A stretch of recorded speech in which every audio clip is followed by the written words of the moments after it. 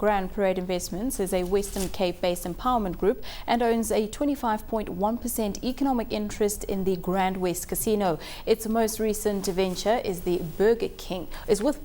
It has a market cap of 1.7 billion rand, a price-to-earnings ratio of 10.7 and a dividend yield of 3.3%. Well, Grand Parade Investments bringing Burger King to SA. That's next year.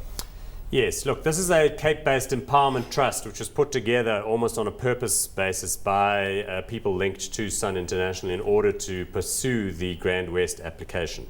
Because in those days you had to have 26% empowerment partner, and instead of finding somebody who was rich already, the Sun International people, to their credit, thought, well, let's help form a community trust. They then put this in place. It's been very successful. They paid out a few dividends. There's been a bit of turnover in the share. They've done fine. They've got good quality management. Some of the people, the key individuals involved, were apparently behind the Cape Town fish market or some other restaurant based in Cape Town. And when the grand arrival of Burger King was about to happen, they looked around and figured these guys would be a good partner to have to introduce into South Africa. Looks like it could do well, although remember, we're not exactly short of hamburger joints in this country. It's a fairly saturated market. I'm not sure what you think, whether Grand Parade's got a lot of upside as a result of the Burger King thing. I think, as far as I'm concerned, my personal opinion, I think the Burger King thing is the least exciting part of this business because, let's face it, McDonald's has hardly been a roaring success story in this country. It's now been reduced to developmental status. And I think what happened with them is they weren't expecting quite the degree of local competition that they got in the form of steers, famous brands, whatever. So I think, and I don't want to sound harsh, but Burger King is very much the poor relation of McDonald's on a global scale.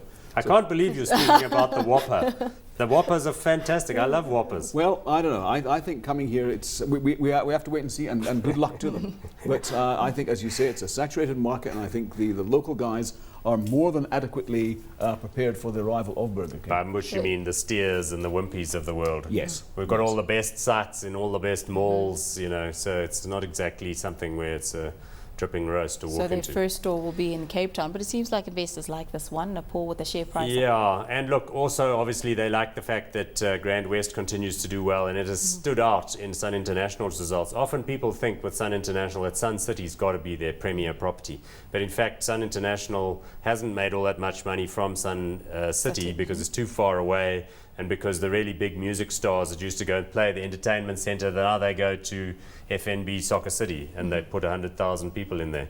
So that's not as attractive as it was anymore.